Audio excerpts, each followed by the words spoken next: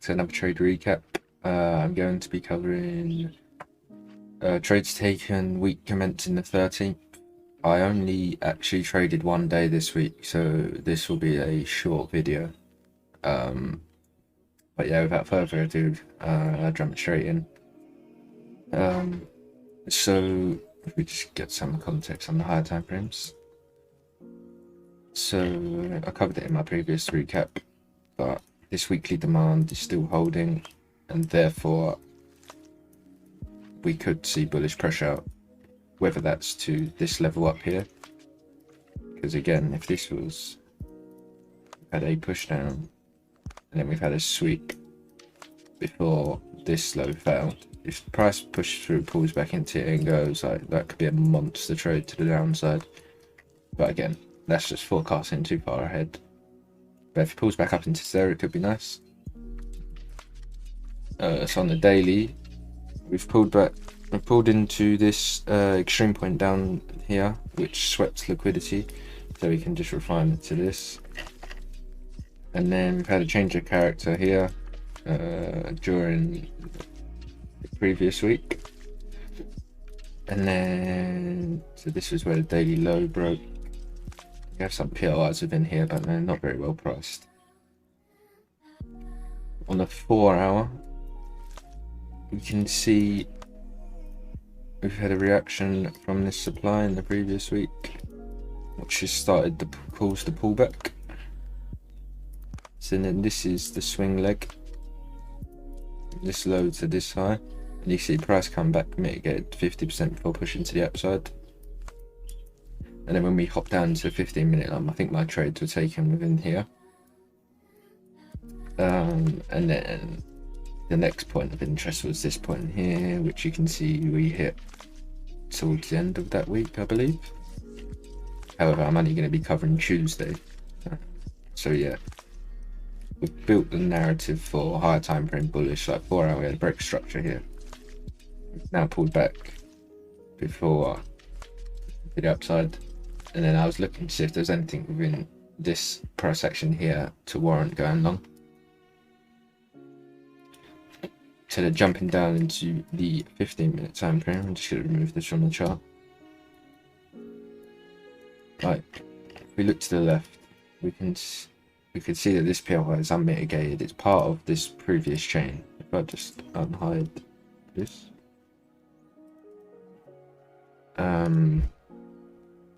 So we can see that demand's holding here.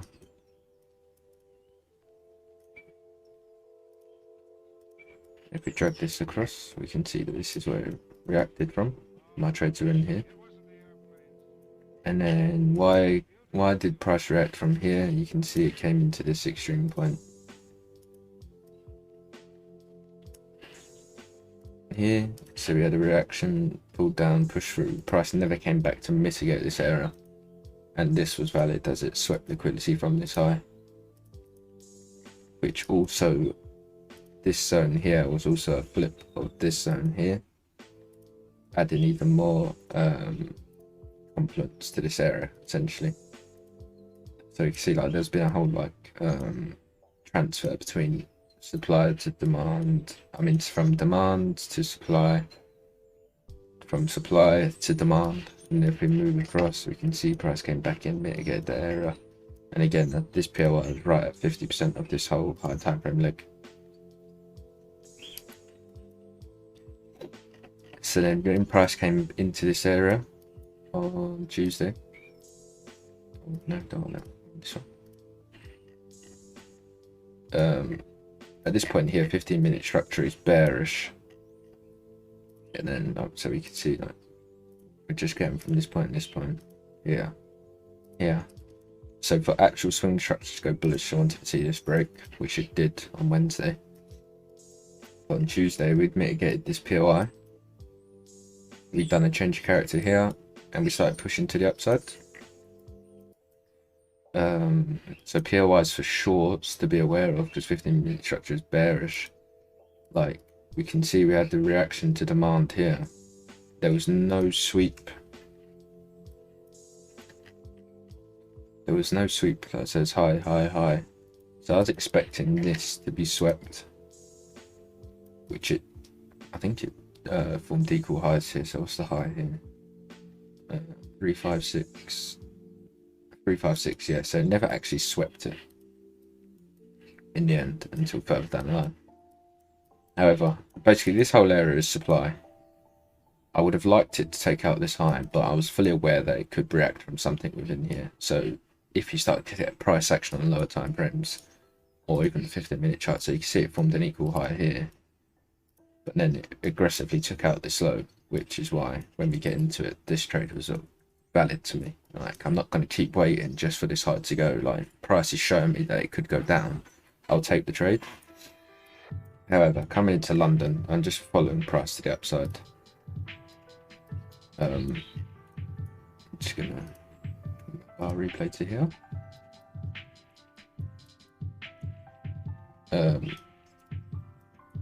And then 1 minute time frame. I was just seeing if I could follow this momentum up to the upside before seeing if we got like a London reversal. So like at this point in time, we hadn't really come into anything significant. I'd look, if you go back to what I was just saying, like I was expecting this high to go, so hence I was going to just follow price on the 1M to the upside until we got bearish pressure. So now we can see that this was a 5-minute PLY, so we had a base, we've pushed through. This never came in to mitigate yet. So I was looking at this as inducement. So although this looks like a change of character, to me, I was just looking at this momentum to the upside. Swept liquidity into it. We had a V-shaped recovery here. So V-shaped recovery here. And then within that, I'll just delete this again. So we had these supply wicks which failed, price just blew straight through them. And then again, we had these wicks here. So after I saw this sweep, and then we started seeing bullish order flows, this came down mitigated, didn't quite reach this PLI. However, then we've pushed through again, reacted, come back in, mitigated this. Then we've pushed through, it's like taking out this high. So this is a bit of an aggressive trade, so like in reality, you'd probably want to see this go first. However, because we had already had an aggressive sweep and V-shaped recovery into a 5-minute demand, then we started seeing a demand chain now, taking out these supply levels. I was happy to take the risk on this. It was a, what is it? So that's mitigation 1. It was the second mitigation of the chain. So yeah, I was happy to take the risk. I set my limit on this sell candle with 2 pip stop, and then break even at the point that causes the pullback into entry. So this was my break even trigger. So once it took out this high, it's at break even, and it was only a short-term target. So once we got up to here, I'd closed 80% at just over 5%, and then I was just seeing what price done after that.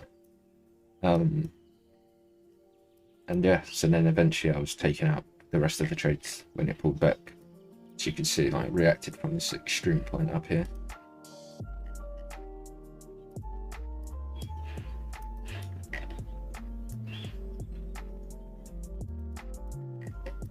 And then that was my London trade. And coming into New York, we can see the price swept this high here, just here, and then it took out these lows with momentum. We can see in here we had a reaction to demand. There was no sweep within the reaction, which is why it got swept. And then I was either looking, well, my main area for looking for shorts was up here, because I was anticipating this to be swept and then price swooping that into the mitigation. However, after it swept that level, we had a clear entry model to the downside. So I was happy to take a risk on this, because now the flip has been swept, and then we had an aggressive move to the downside. Within here, we can see that we've based, we've pushed up, we've come down, we've reacted to demand, which was anything within here. We've pushed up, we've mitigated the sweep of the flip to the left. And then before the failure, price left equal highs here. So knowing that, and to be honest, even if I didn't know that, I'd still have my stop above this high, considering how small this PA is. My market executed on the way up. This was my fill. It wasn't the best fill. Ideally, like a limit on these highs. If you're expecting these to be swept, you can set your limit like that on the highs, covering obviously the extreme point. Because if I'm anticipating lower prices, this sweep here should be protected. But however, look, my fill was ended up being here. So I had a 2.5 pip stops, always covering the high. And then I was at break even once the low that caused the pullback into my entry was taken out. And I was just targeting something down here. Well, in reality it was just 5R. So I was just targeting 5R. This was again like half three, so like coming towards the end of my trading session in New York. I had to weigh up whether I wanted to hold it or not. Like, to me, I was happy to just take my profit here. Although I did have in the back of my mind that this is a weak low. So that ideally would have been the target. And then failing that, it was going to be this area, which does end up holding. And why that area? So now we're seeing a demand chain. This flipped this. Had this, all these lows got swept by this bearish candle, and also this low in here. So it does make sense why price ended up reacting after this before pushing to the upside. But also you have this extreme point down here, which is always valid. And then, so yeah, if I wanted to, like, if you don't like taking your profits too early, like I did here, like target 1, then target 2 here, and then just let a little bit run just in case it does take out this lows. Considering the 15-minute structure, it's still bearish, but going back to the 4-hour, we're bullish and we've pulled back into, well, equilibrium of this price range. Therefore, high prices could entail from there. You could see after then we had the breaker structure here. So now this is the swing leg from here to here. During whatever this was, FOMC, I think it was, we've pulled back into the extreme before, then we're pushing to the upside. But yeah, that was the only trade I took this week.